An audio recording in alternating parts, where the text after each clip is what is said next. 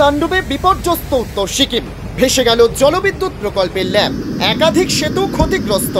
আর এর মধ্যেই আগামী 48 ঘন্টায় আরও জোর বৃষ্টির পূর্বাভাস দিয়ে কঠিন সময়ের জন্য প্রস্তুত থাকতে বলল আবহাওয়া দপ্তর।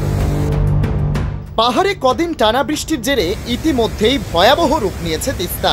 আগামী কদিনও লাল সতর্কতা জারি। নদীর জলস্তর বিপজ্জনকভাবে বেড়ে গিয়েছে।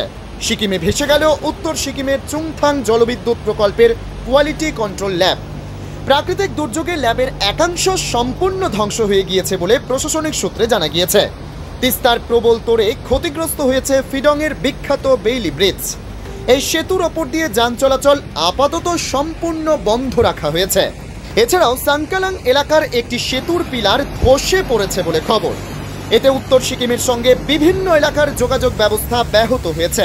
বিপর্যয়ের জেরে উত্তর সিকিমে বেড়াতে গিয়ে আটকে পড়েছেন বহু পর্যটক। প্রশাসন ও সেনাবাহিনী যৌথভাবে উদ্ধার কাজ শুরু করেছে। তবে প্রতিকূল আবহাওয়ার কারণে উদ্ধার অভিযানে বিঘ্ন ঘটছে। জলবিদ্যুৎ প্রকল্পের পাশাপাশি আশেপাশের জনবসতিগুলিতেও বিপদের শঙ্কা। স্থানীয়দের নিরাপদ স্থানে সরিয়ে নেওয়া হচ্ছে।